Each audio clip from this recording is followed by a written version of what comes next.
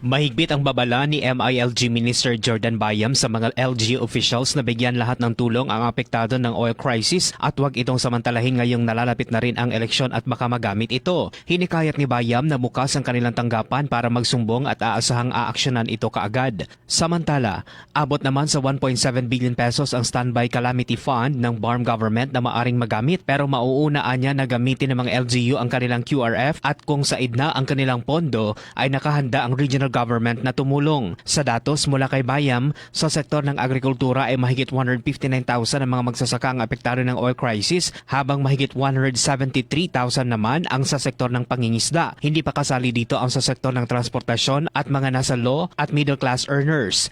Nauna nang nagpulong ang Bangsamoro Task Force on Oil Crisis kasama ang iba't ibang mga ministries ng BARM bago nagdesisyon para sa deklarasyon ng state of calamity. Uunahin na po natin kagad na kahit hindi na sila lumapit sa atin. Since we have the data naman kung ano yung mga nangyayari per province, yung quick response funds natin pwede na kagad matap as per explained to us by the BARM.